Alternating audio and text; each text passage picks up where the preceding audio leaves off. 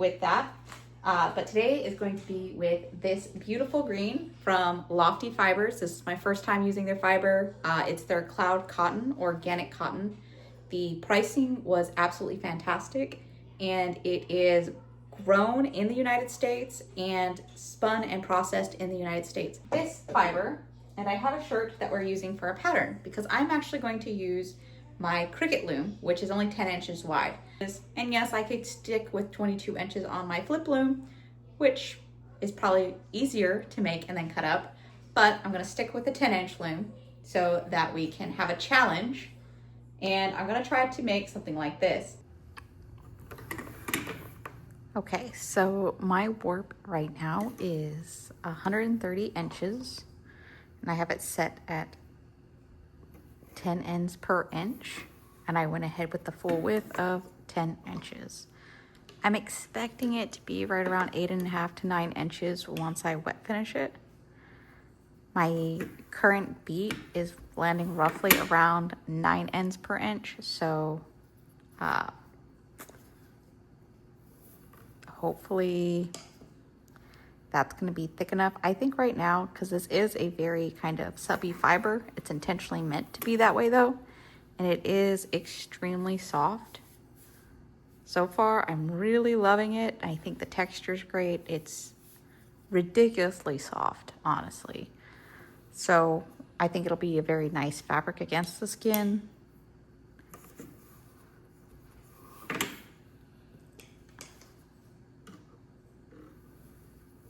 But I've been kind of thinking about how I want to stitch this piece together. So I am going to have at least 4 panels.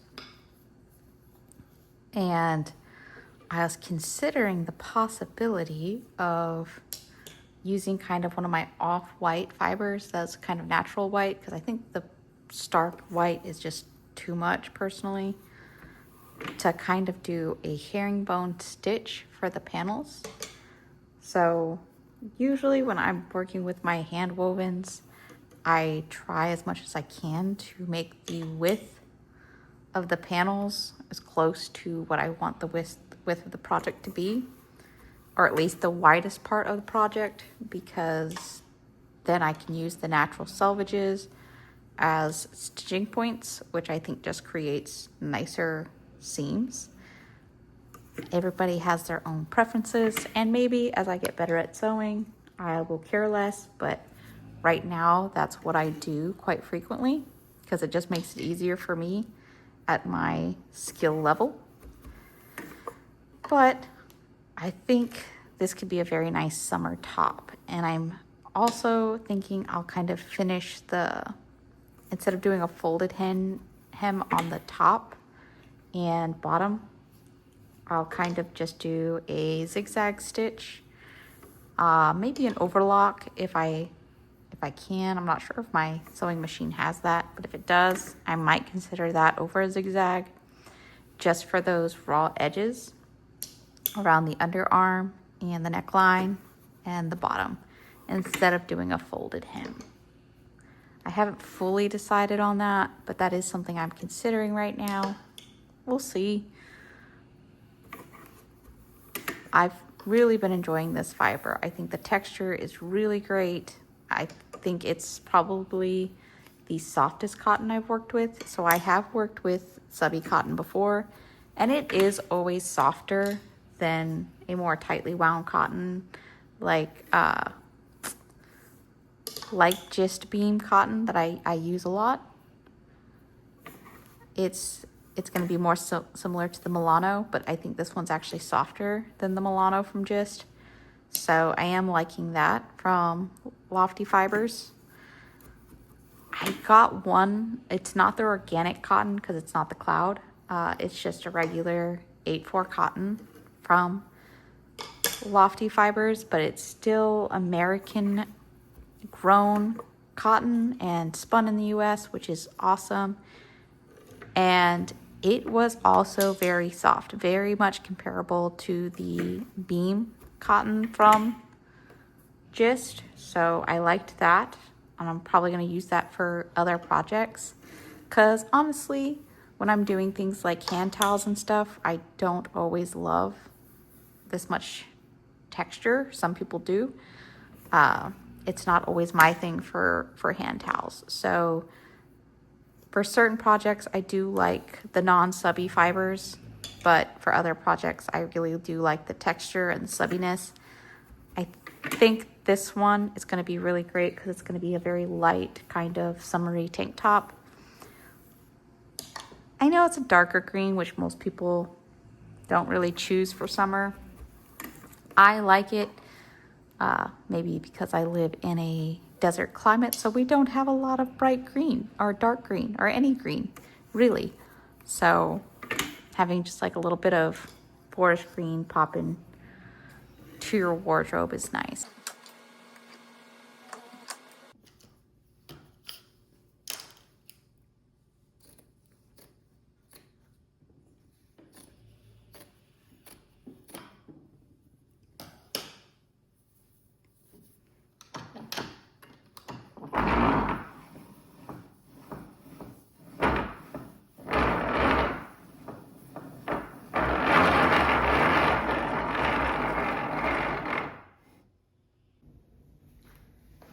All right, so I actually have it completely washed and finished and ironed right here. And I would like to just kind of note how stretchy this fabric is. So vertically, it has very little stretch, but horizontally, it really actually stretches more than most of my cotton does. So that's pretty nice. And then the bias obviously has drastic stretch, which is awesome. And the drape is quite nice. It feels light. It's very, very drapey. So obviously we're not gonna do exactly what this shirt is because the shirt has several small panels and it's polyester and a lot of other, things like that. So we're not gonna do it exactly. We're just gonna try to get the general shape. And these two individual side panels are the same width as this currently is, which is gonna be 8 inches. So I think the back panel and the front panel will be a little bit bigger than that because I think this front panel was 9 inches at the widest part, if I'm not mistaken. Yeah, so this goes over about a half inch on both sides because this way the sleeves curve up. So we might have to make some adjustment there in order to figure out the sleeves, but I think we could do it. Not sure if you can see. Let me crouch just in case. So we have a clear outline. Obviously, I'm gonna clean this up quite a bit, but I can tell for the side panels, I am going to need to come up at an angle here, whereas the other side panels do not, because this is just clearly not enough coverage. So we'll kind of shape things to mimic that, but I think it's gonna work. So I kind of have lined up the edges of the fabric at the bottom, and then I lined everything up so I can see where I need the overall shape to go for the front and back in order for this to kind of fill in those gaps. So I can cut it at the proper height and then kind of tuck the armpit out. And I have over 2 lengths of fabric left I have 1 full second length that's just as long. Actually, it's probably quite a bit longer. It is quite a bit longer.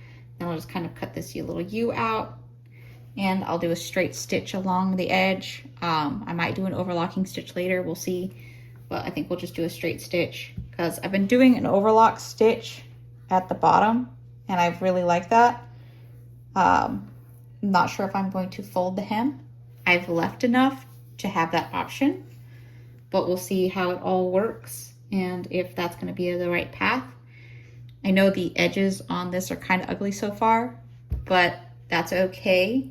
I think we can clean those up either through some stitches and some scissors or by adding a little bit of bias tape or even kind of crocheting the edges, which is something I'm thinking about with some fiber.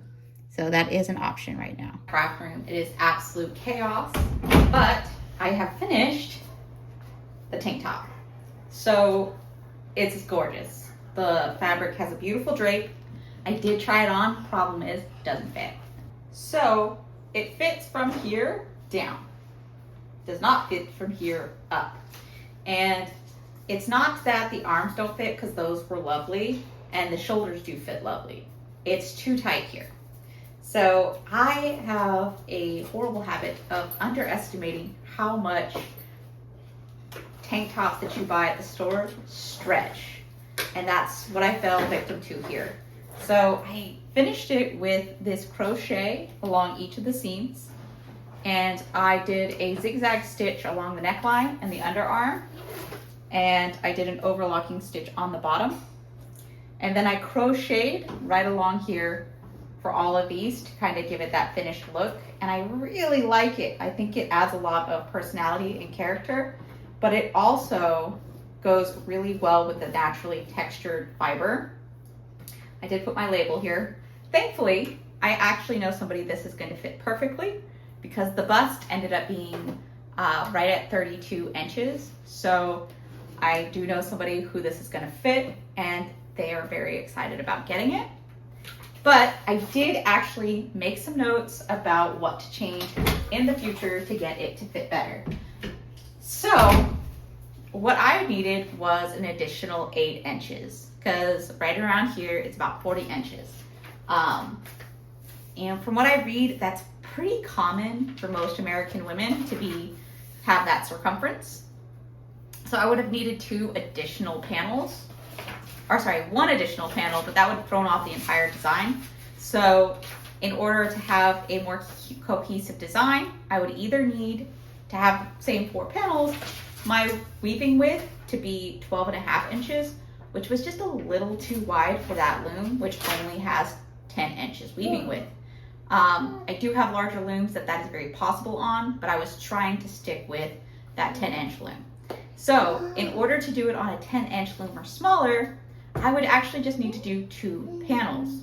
So I would add to my warp, which was 130 inches, sorry, an additional 32.5 inches for each panel. And that would have been 163 inches?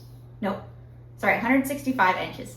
So my warp would have needed to be 165 inches, but instead of being 10 inches in the loom, it would have been 8.5 inches in the loom, which would have allowed it to shrink to about 6.8 inches, which would have given me that 40-inch circumference that I would need for the bust. Obviously, you could taper in the bottom a little bit, but that might not necessarily be what you want. Sometimes we do like to have things a little bit more loose fitting, and I get that. In order to make sure that it's going to fit you, I would just say consider the panel width, measure your circumference around the widest part, and then, I never do this, I should, so take my advice.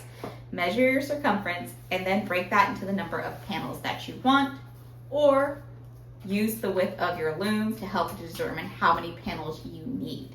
So if I wanted to do it on that 10-inch loom, I would break it into 6 panels and do 2 panels under the arms. Maybe. Actually, I might do 2 panels in the front, 2 panels in the back, and then 1 under each arm, because then the sleeves might be a little bit thicker, and I think I might like that. So you can obviously finagle it how you want, but that is something to consider. So the reason I did the 32.5 inches extra is because that will give you a nice about 26-inch length for each panel, which is what I used. It's a little bit longer than the shirt I have. So if you want to measure the front length of your average shirt panel and kind of base it off that, that's a really good idea.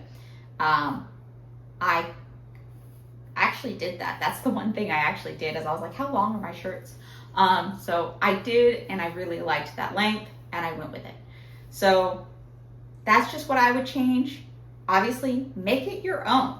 You can see how I did it. Pretty simple. I didn't do anything very fancy, and I think it actually came out really nice, just a little too small. Hey, so this is Editing Ambrosia popping in, and I just wanted to say that I forgot to mention you're probably going to want to get a 1 pound cone or 2 8-ounce cones, because with this thread I used just under 600 yards. I used, I think, 575, give or take a little bit, before I crocheted the edges. So for this particular yarn, for every 8 ounces, you get 600 yards because it is a thicker yarn. And I got it at Lofty Fibers, and it's the fur color, if that's the one you like. Obviously, feel free to use any fiber or color you want, but if you're trying to replicate it, that is what you're going to choose. And I would get the 1 pound cone because obviously mine was a little too small. So if you're a 32 bust or smaller, 8 ounces is gonna be just fine for you. But if you're, gonna need a little bit more, then you're gonna wanna get that 1 pound cone so you can make it a little bit bigger. And my next one will be the right size. And once I complete that, I will share it. It won't get its own video, but I'll probably either post it in the community, which the community page is open. So if you wanna share your projects, please do that. Or I'll share it on my Instagram or Facebook. You can always find me in one of those places. I'm everywhere except for TikTok. But you can find me. If you like this video, like, subscribe, share with your friends. And if you decide to do this project, do tag me in community, and I would love to see it. Thank you.